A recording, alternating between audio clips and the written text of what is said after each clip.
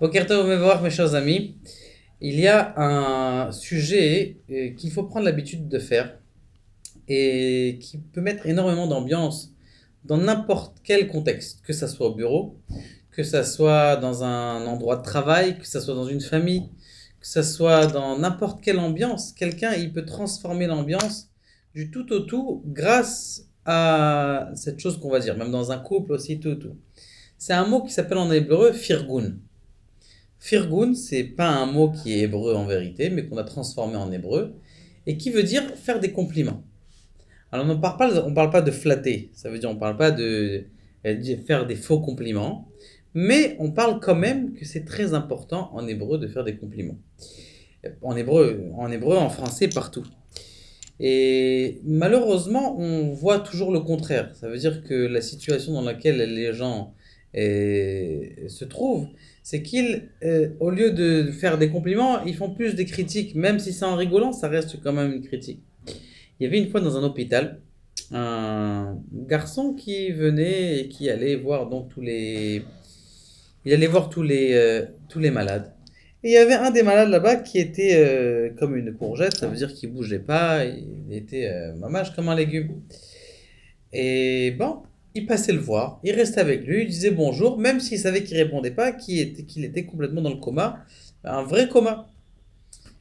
Tous les jours, il allait le voir, et pendant un an comme ça, un an et demi, tous les jours, il passait le voir, à chaque fois qu'il passait, il passait le voir. Un beau jour arrive, et ce garçon, il se réveille.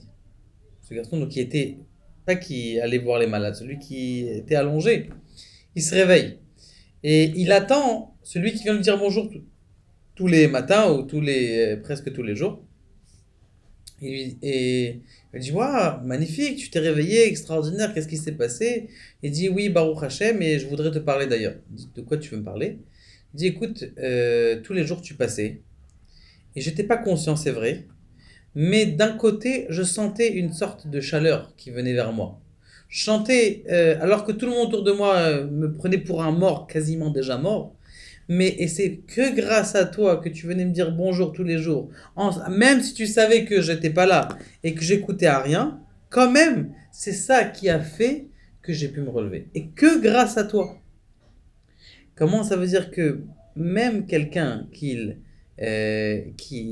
juste il donne un effort, il dit ah c'est joli ce que tu as mis aujourd'hui, faire un petit compliment, ça change la personne. Pire encore, le Baal Hatanya, il dit quelque chose d'extraordinaire. Il dit lorsque quelqu'un il dit à un autre homme tu es intelligent. Maintenant le mec il est complètement teubé. Tu es intelligent. Ou un papa il dit à son fils t'es intelligent, mais il sait que son fils il a un peu de mal.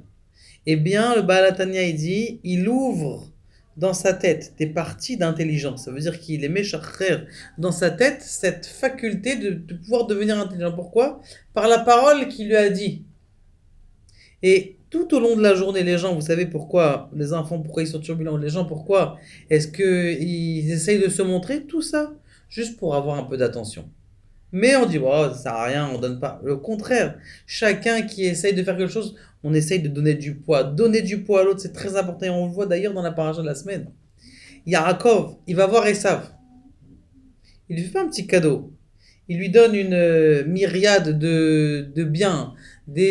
Comment on appelle ça, des taureaux, des animaux. Alors qui c'est qui va venir le tuer? Il sait déjà, Bichlal, qu'il y a 400 hommes qui sont venus en train de le tuer. Mais il a Madou. Le fait de donner un petit peu. Alors aujourd'hui, tu vas me dire, ouais, je peux pas moi donner, j'ai pas d'argent à donner aux gens. C'est vrai, t'as pas d'argent. Mais tu as une chose que tu peux donner aux gens. Tu sais, c'est quoi? C'est un sourire. Il est marqué dans le Nar.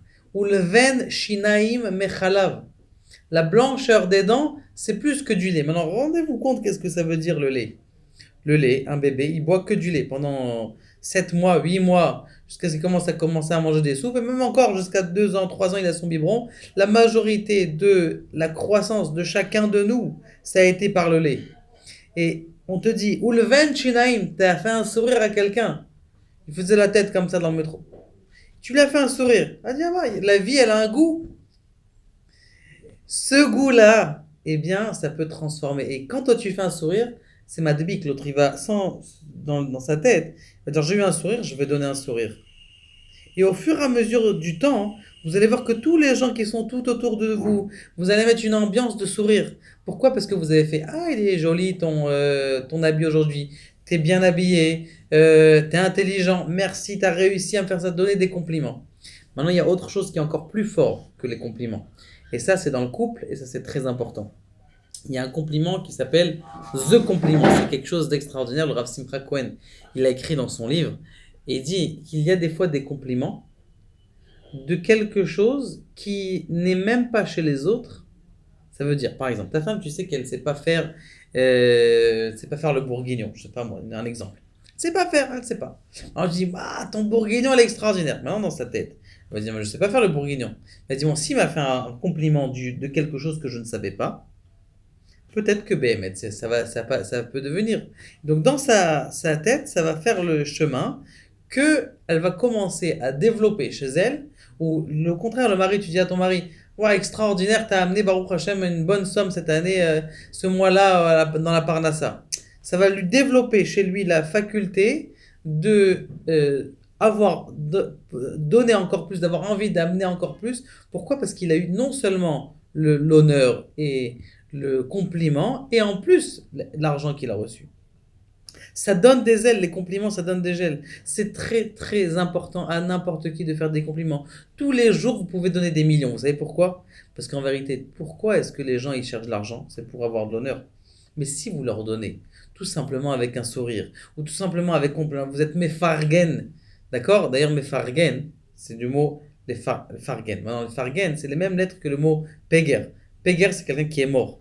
Ça veut dire que si vous changez les mots de Peguer et les Fargen, ça veut dire que vous transformez quelqu'un qui est mort en quelqu'un qui est vivant. Quelqu'un, il pouvait se jeter parce qu'il a eu un sourire ou un coup de téléphone de votre part, et ben il peut être vivant. Donc c'est un inyan qui est très très important. Et c'est quelque chose, on ne peut pas savoir combien est-ce qu'on peut donner. Et même pour nous-mêmes, ça veut dire en vérité, ça revient vers nous de bonne ambiance et de bonheur lorsque tu fais un cours. Quelqu'un, il fait un cours, tu dis Chazak ou Baruch. Quelqu'un, il t'a aidé dans quelque chose, Chazak, merci beaucoup, tu m'as fait. Et de ne pas avoir honte d'avoir reçu. Toute notre vie, on reçoit. Il ne faut pas avoir honte d'avoir reçu. Et de faire des compliments, même des faux compliments. Parce que le fait de faire des faux compliments à la fin, ça devient quelque chose de vrai. Baruch Adonai, Le'olam Amen Ve'amen.